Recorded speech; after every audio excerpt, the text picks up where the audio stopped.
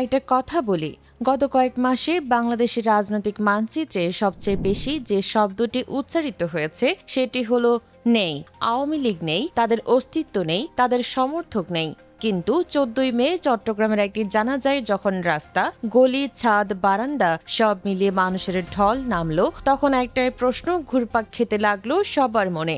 যারা নেই বলেছিলেন তারা এই জনস্রোতকে কি নামে ডাকবেন? এই গল্পটা শুধু একটি জানাজার গল্প নয়, এটি ক্ষমতা, দমন, টিকে থাকা আর রাজনৈতিক বিবর্তনের এক অসাধারণ কেস স্টাডি। আর এর পুরোটা বুঝতে হলে আমাদের একটু পেছনে ফিরে তাকাতে হবে।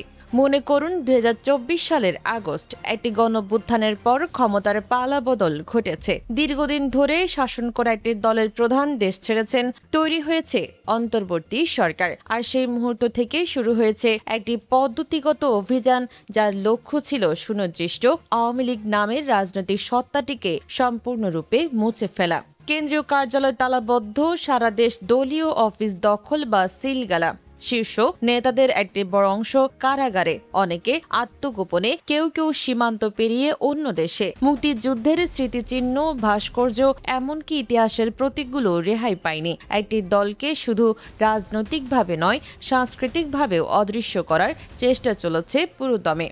আর এই পুরো প্রক্রিয়ার মধ্যে ক্ষমতাসীন মহলের মুখপাত্র থেকে শুরু করে বিভিন্ন পর্যায়ের কর্তা ব্যক্তিরা একটাই কথা বারবার বলে গেছেন: দেশে আওয়ামী লীগ বলে আর কিছু নেই। কেউ কেউ বলেছেন দু একটি সোশ্যাল মিডিয়া সেল ছাড়া আর কিছু অবশিষ্ট নেই। কেউ গোপালগঞ্জের কথা টেনে বলেছেন সেখানেও এই দলের আর জায়গা নেই।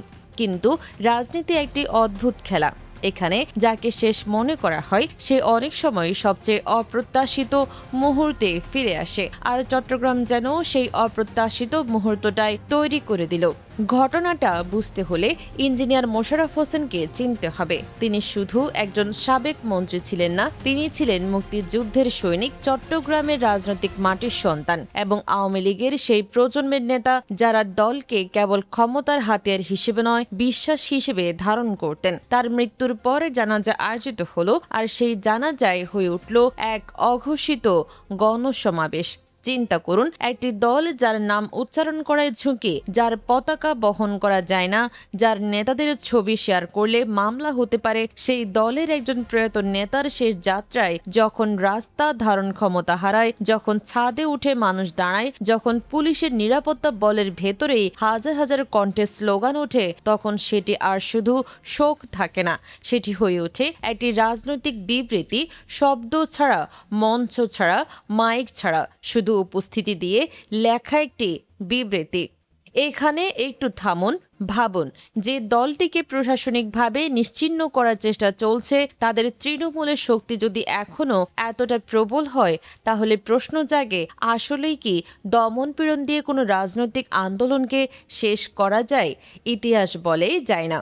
পৃথিবীর নানা প্রান্তে এই সত্য বারবার প্রমাণিত হয়েছে। দক্ষিণ আফ্রিকায় ANC-কে নিষিদ্ধ করা হয়েছিল দশকের পর দশক। ম্যান্ডেলা কারাগারে ছিলেন 27 বছর, কিন্তু শেষ পর্যন্ত কি হয়েছিল সেটা আমরা সবাই জানি। মিয়ানমারে অং সান সুচির দলকে বারবার দমন করা হয়েছে, কিন্তু জনসমর্থন সেটা কখনো মরেনি। তুরস্কে এরদোয়ানের রাজনৈতিক জীবনে এমন পর্যায়ে এসেছিল যখন তাকে রাজনীতি থেকে নিষিদ্ধ করা হয়েছিল।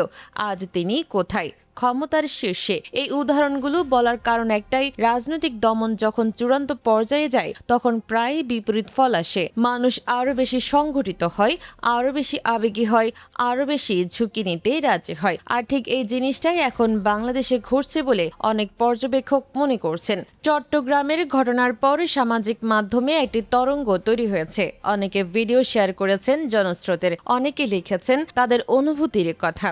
কিন্তু সবচেয়ে তাৎপর্যপূর্ণ যে বিষয়টি উঠে এসেছে সেটি হলো এই মানুষগুলো কারা। এরা কোনো পেশাদার রাজনৈতিক কর্মী নন। এদের বেশিরভাগই সাধারণ মানুষ, রিকশা চালক, দোকানদার, দিনমজুর, গৃহিণী, ছাত্র। তারা কোনো দলীয় নির্দেশে আসেননি, কারণ নির্দেশ দেওয়ার মতো সাংগঠনিক কাঠামোই তো আনুষ্ঠানিকভাবে নেই। তারা এসেছে নিজের ভেতরের তাগিদে, আর এটাই সবচেয়ে বিপজ্জনক সংকেত ক্ষমতাসীনদের জন্য। কারণ যখন একটি রাজনৈতিক দল সাংগঠনিকভাবে দুর্বল থাকে কিন্তু জনসমর্থনে শক্তিশালী থাকে তখন সেই দলকে দমন করা প্রায় অসম্ভব হয়ে পড়ে। আপনি কার্যালয় বন্ধ করতে পারেন, নেতাদের গ্রেফতার করতে পারেন, পতাকা নামাতে পারেন, কিন্তু মানুষের মনের ভেতরে যে আনুগত্য তৈরি হয়েছে সেটা মুছবেন কিভাবে? এবার আসুন আরেকটু গভীরে যাই। 2026 সালের নির্বাচনের কথা অনেকেই জানেন। সেই নির্বাচনে আওয়ামী লীগ সরাসরি অংশ নিতে পারেনি, কিন্তু মাঠের বাস্তবতা বলছে পর্দার আড়ালে তারাই অনেক আসনে নির্ধারক ভূমিকা রেখেছিল। কৌশলটা ছিল অভূতপূর্ব, নিজেরা না দাঁড়িয়ে এমন প্রার্থীকে সমর্থন দেওয়া যে জামায়াতের বিজয় ঠেকাতে পারবে, অর্থাৎ নিষিদ্ধ থেকেও তারা নির্বাচনী ফলাফলকে প্রভাবিত করার সক্ষমতা দেখিয়েছে। কিন্তু এখানে আসে সবচেয়ে বড় প্রশ্ন, বিএনপি ক্ষমতায় এসে কি করলো? যে ভোটারদের একটি বড় অংশ আওয়ামী লীগের কৌশলগত সমর্থনে তাদের পক্ষে ভোট দিয়েছিল, সেই দলটিকেই তারা আইন করে নিষিদ্ধ করলো। অথচ নির্বাচনের আগে আন্তর্জাতিক সাক্ষাৎকারে স্পষ্ট বলা হয়েছিল কোনো দল নিষিদ্ধ করা হবে না। এই প্রতিশ্রুতি ভঙ্গ করা কি রাজনৈতিক আত্মঘাতী সিদ্ধান্ত ছিল? অনেক বিশ্লেষক মনে করছেন হ্যাঁ, কারণ নিষিদ্ধ করার ফলে আওয়ামী লীগ আজ একটি সহানুভূতির প্রতীকে পরিণত হয়েছে। আগে অনেকে এই দলের সমালোচনা করতেন ক্ষমতার অপব্যবহার, দুর্নীতি, কর্তৃত্ববাদী প্রবণতার জন্য। সেই সব সমালোচনা অনেকটাই বৈধ ছিল, কিন্তু এখন সেই সমালোচনার জায়গাটা দখল করে নিয়েছে একটি ভিন্ন আখ্যান, নিপীড়িতের আখ্যান। যখন একটি দলের সাধারণ কর্মী ধান কাটতে গিয়েও হয়রানির শিকার হন, যখন সামাজিক কর্মকাণ্ডেও বাধা আসে, তখন সাধারণ মানুষের মনে সহানুভূতি তৈরি হওয়াটা খুবই স্বাভাবিক। আর এখানেই চট্টগ্রামের ঘটনাটি এত তাৎপর্যপূর্ণ। এটি প্রমাণ করেছে তিনটি বিষয়। প্রথমত, জনসমর্থন এখনো জীবিত, কাগজে কলমে দলটি নেই কিন্তু মানুষের হৃদয়ে তারা আছেন। দ্বিতীয়ত, ভয়ের দেয়াল ভাঙতে শুরু করেছে। গত কয়েক মাসে যে আতঙ্কের পরিবেশ তৈরি হয়েছিল, চট্টগ্রামের রাস্তায় মানুষ সেটিকে অগ্রাহ্য করেছে। তৃতীয়ত, আবেগের রাজনীতি এখনো বাংলাদেশে সবচেয়ে শক্তিশালী হাতিয়ার। জয় বাংলা স্লোগান, শেখ হাসিনার নাম, মুক্তিযুদ্ধের চেতনা, এগুলো কেবল রাজনৈতিক শব্দ নয়, লাখো মানুষের কাছে এগুলো পরিচয়ের অংশ। এখন সামনে তাকালে কি দেখা যায়? অনেক রাজনৈতিক বিশ্লেষক বলছেন আগামী দিনগুলো হবে আরও উত্তাল, কারণ চট্টগ্রাম একটি দৃষ্টান্ত তৈরি করেছে। এই দৃষ্টান্ত দেশের অন্যান্য অঞ্চলে অনুসরণ করা হতে পারে। প্রতিটি জানাজা, প্রতিটি স্মরণ সভা, প্রতিটি সামাজিক সমাবেশ হয়ে উঠতে পারে নীরব প্রতিবাদের মঞ্চ।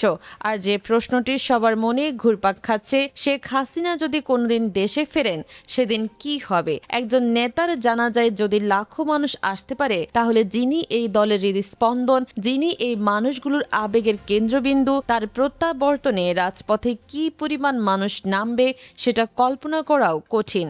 তবে এখানে একটি সতর্কতার জায়গাও আছে। একটি বড় জনসমাবেশ মানেই রাজনৈতিক পুনরুত্থান নিশ্চিত, এমন সরলীকরণ করা ঠিক হবে না। আওয়ামী লীগের সামনে এখনো অনেক চ্যালেঞ্জ আছে। সাংগঠনিক কাঠামো পুনর্গঠন, নতুন প্রজন্মের নেতৃত্ব তৈরি, অতীতের ভুল থেকে শিক্ষা নেওয়া এবং সবচেয়ে গুরুত্বপূর্ণ জনগণের আস্থা ধরে রাখা। শুধু আবেগ দিয়ে দীর্ঘমেয়াদে রাজনীতি চলে না, কৌশল, সংগঠন আর জবাবদিহিতা লাগে। কিন্তু একটা কথা নিশ্চিত, চট্টগ্রাম প্রমাণ করেছে যে নেই বলে যতই চিৎকার করা হোক, বাস্তবতা সম্পূর্ণ ভিন্ন কথা বলছে। যে দলটিকে মুছে ফেলার জন্য রাষ্ট্রযন্ত্রের সর্বশক্তি প্রয়োগ করা হচ্ছে, সেই দলটি কিন্তু মরেনি, বরং চাপা আগুনের মতো ধিকি ধিকি জ্বলছে। আর চাপা আগুন যখন বাতাস পায়, তখন সেটি দাবানলে রূপ নেয়। ক্ষমতাসীনদের জন্য এটি একটি গুরুতর সতর্কবার্তা। দমনপীড়ন, নিষিদ্ধকরণ, আইনি জটিলতা, এগুলো দিয়ে হয়তো সাময়িকভাবে কাউকে দমিয়ে রাখা যায়, কিন্তু যখন মানুষের পেটে ক্ষুধা থাকে, যখন ন্যায় বিচারের অভাব থাকে, যখন গণতান্ত্রিক অধিকার খর্ব হয়, তখন জনগণ নিজেই পথ খুঁজে নেয়, আর সেই পথ সবসময় শান্তিপূর্ণ হয় না। তাই শেষ প্রশ্নটা রেখে যাচ্ছি আপনাদের কাছে, চট্টগ্রামে যা ঘটল সেটি কি একটি বিচ্ছিন্ন ঘটনা, নাকি আগামী দিনের এক বৃহত্তর রাজনৈতিক পরিবর্তনের প্রথম অধ্যায়? দমনের শেষ কোথায় আর জনরোষের শুরু কোথায়? সেই সীমারেখা কি ইতোমধ্যেই অতিক্রম করা হয়ে গেছে? আপনার উত্তর জানান কমেন্টে, কারণ এই উত্তরের ওপরে হয়তো নির্ভর করছে বাংলাদেশের আগামী রাজনীতির গতিপথ।